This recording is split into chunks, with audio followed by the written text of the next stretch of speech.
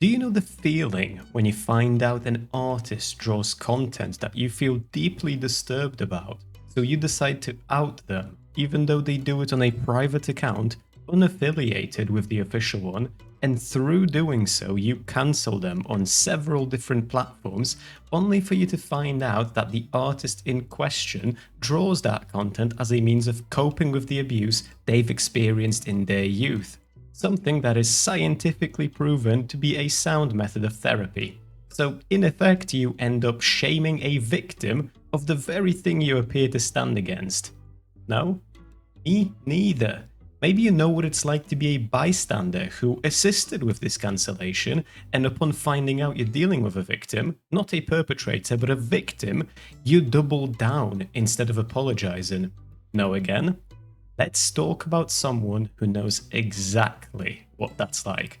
There's a big, albeit unsurprising plot twist ahead, so strap on in. Heads up though, we're about to engage with difficult topics that might trigger some of you. I'll try and keep things brief because that's my preferred style of delivery, but viewer discretion is advised.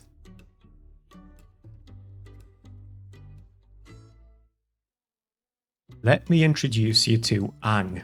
Now, I couldn't find what pronouns Ang uses, so to be safe, I'll go with they, them, but if I slip up, I do apologize. I am only human. Ang is a disabled, queer artist who has been through a fair share of controversies, such as getting mobbed, doxed, and having their real-life friends, family, and employers contacted by angry aunties. Why, you might wonder? Because through Ang's work, they explore what is commonly understood as problematic or taboo art. In Ang's case specifically, it's stuff like incest, abusive dynamics, and age gap, which involves underage characters.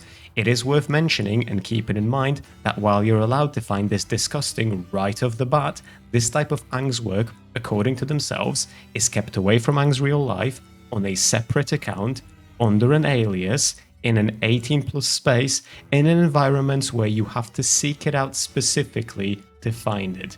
Ang claims verbatim, I'm quoting, "My taboo interests never leave the realm of fiction, and no one around me would know I enjoy this stuff if boundaries were respected." Now, as for the reason why Ang engages with this type of art, then again, by their own admission, Ang is a child sexual abuse survivor and uses this form of art as a coping mechanism. Now, to the best of my knowledge, this is a form of therapy that is scientifically supported by a qualitative, systematic study of 16 different studies exploring this topic specifically, which concludes, and I'm once again quoting, that creative activities can play a significant role in the unique paths to recovery that sexual abuse survivors develop. End quote. Now, at the end of the day, you can find this disgusting, you can willfully ignore science on the topic if you so desire. You don't have to partake or approve of the partaking if this is not for you. However, if you try and cancel people as a result of these feelings, as was done to Ang, then you become a reprehensible scum who doesn't, not even remotely, care about the well-being of children, but rather want to virtue signal and feel better about yourself when you cancel a victim of abuse because your own fifis are hurt.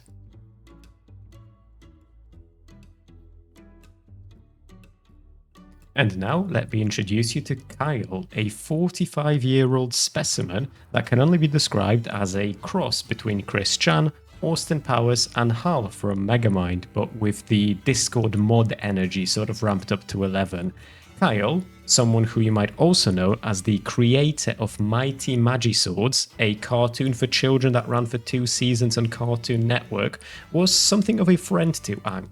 A friend who, during an internet drama, decided to side against Ang, reportedly out of fear that they will come for him once they're done with Ang. He threw Ang under the bus to save himself, something that makes sense if you consider that Kyle himself has drawn art of incest, bestiality, and underage Pokemon that was posted to the public. Here is a brief exchange between Kyle and Ang, where Kyle is the one in grey and Ang is the one in blue. Now, I've removed my avatar so that if you so desire, you can pause this and read for yourself. I'm not going to read the whole thing, but the gist of things is Kyle saying, I don't really know what to say. I know pretty much everything you've been through, and I know you've justified this in your mind somehow, but this is kind of a deal breaker for me. I consider you a good friend and have tried to be very supportive, but you're very publicly posting CP art. I can't be associated with this personally or professionally. It brings me no joy, but I have no real choice but to cut ties with you. I hope that you find help for this. I wish you well, and this is sincere. To which Ang responded, and Kyle said, you try explaining that to the angry mob that will come for me if I associate or employ with someone who draws children having sex. You posted them publicly. It's not locked, it's available to the public because you put it there. This isn't because of other people, it's because of this choice you made.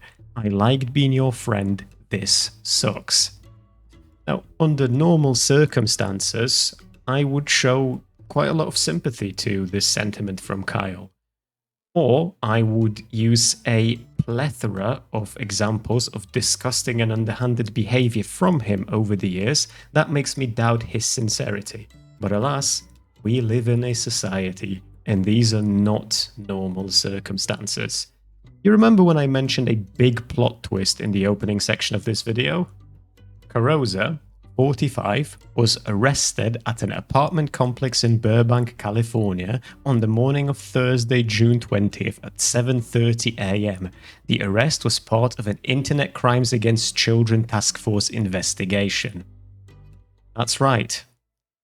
As per a report from the Burbank Police arrest log, Kyle Adam Carrozza was arrested under the charge of Enhanced 311.11a, which under the California Penal Code means over a dozen videos of CP or over 600 images of CP on his computer. He threw Ang under the bus, not because he was worried what people will think about their association. He threw her under the bus because he was terrified that once he is under the microscope, they will find out what kind of a disgusting, vile freak he actually is. My heart cries for the victims whose CSAM was found on his computer. Now, at this point, I will allow myself to preach for a second, because if you've been around on the internet for a while, and particularly if you're a pro shipper, you'll realize this is not a particularly new type of a situation. This is a prime example of how people bring attention to and criticize this type of taboo art that Ang was exploring, not because they're concerned about children, for that is just a thin veil that hides their true nature, the nature of a bully and a nonce.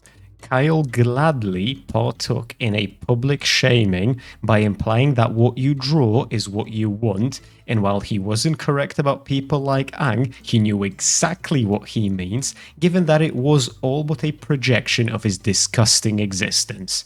Just to put this in perspective, Ang got bullied out of the internet and deactivated their social media to get away from the massive amount of online vitriol that was repeatedly spilling into their private life. They've lost friends over this, they've lost jobs over this, their health became worse, they lost a platform they spent years building up, and all of that because an actual predator framed them for what he was truly guilty of. I hope this becomes a lesson for posterity, but I've been around too long for such naivety. I know how antis operate. What I will do instead is bring attention to a few people who deserve to be shit on.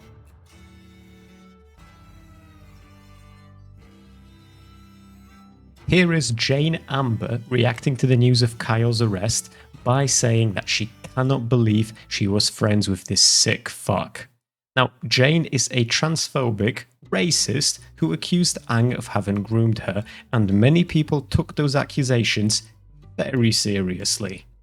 Believing the victim is understandable, albeit naive if you think it starts and ends there, but still understandable. This naivety, however, is exemplified by a leak of Jane's Discord logs, where she claims to have manipulated a completely different person, unrelated to this entire Ang situation, into engaging with her sexually, only to then out them as a creep. We'd be wise to apply a dose of skepticism to allegations that come from someone like this.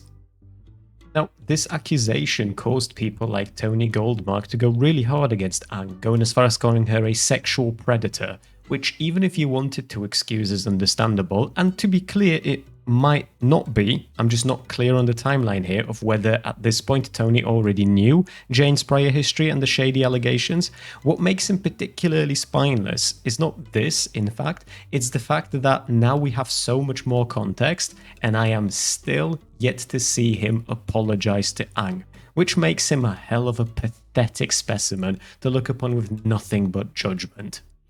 Here is Anthony Logato, who claims that Ang and Kyle are both equally as awful, a statement that would be very, very true if every single part of it wasn't blatantly wrong. What sort of a muppet do you have to be to think that a disabled victim of childhood sexual abuse who uses art as a means of coping is just as bad as someone with actual, genuine CP on their computer? This isn't just brain rot, this is a complete lack of brain, principles and fucking humanity on top of it. Here is Rhapsody Blue, another person claiming that Ang is no better than Kyle. These people supposedly care about these topics. Now, how in the ever-loving fuck do any of these guys look at themselves in the mirror in the morning? Like, what kind of a disgusting human being do you have to be to even imply that these two people that we're talking about here today are comparable to one another? I'll end this segment by reading a tweet from Mouse. Mark my words, many people who were dick riding for Kyle in the past and are now apologizing absolutely already knew and are just saving face. To the ones who didn't, maybe use this to fucking learn and grow as a person. You cannot judge if a person is safe through their art tastes. Now, personally, I can't speak to whether people who were dick riding for Kyle knew or didn't know. I'm not deep enough in any of this to be able to make these kinds of assumptions, but Mouse is. Mouse knows his shit, so if he says this, I'm inclined to believe it. Now, I can't speak for anyone other than myself, but I am personally gladdened to know that all of these people I just mentioned are being bombarded with other people not letting them get away with their statements. It's time for accountability for all of them.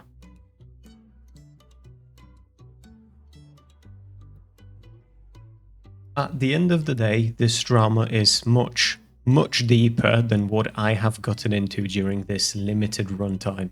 Other than being a fledgling YouTuber still trying to figure out the algorithms, this particular story is one best described by someone who was there for when it was happening, by someone who has a horse in the game, so to speak, and that is not me. I am just a pro shipper who saw despicable behavior and wanted to call it out.